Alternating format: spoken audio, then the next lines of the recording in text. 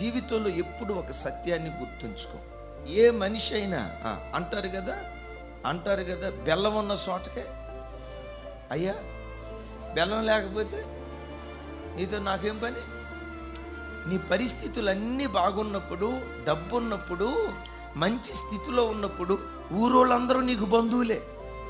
నువ్వు పలకరించకపోయినా నిన్ను చూసి వంగి వంగి వంగి వంగి వంగి వంగి దండాలు పెడతారు. అది నీ మీద గౌరవంతో కాదు. ఏదైనా అవసరం వస్తే ఏదైనా మనల్ని ఆదుకోపోతాడా, చేయబోదులేదని ఇవ్వకపోతాడని నీ డబ్బును చూసి నీకు కలిగే గౌరవమే. కానీ దైవజనమా, నీవే స్థితిలో ఉన్నా నమ్ము ఈ మాట, నిన్ను నిండు మనసుతో ప్రేమించే ఒకే ఒక్క వ్యక్తి యేసుక్రీస్తు ప్రభువు. నువ్వు కరువులో ఉన్నా, నువ్వు సమృద్ధిలో ఉన్నా ఆయన నిన్ను ప్రేమిస్తాడు. స్థితిలో ఉన్న ప్రతి పరిస్థితిలో మనస్ఫూర్తిగా నిన్ను ప్రేమిస్తాడు.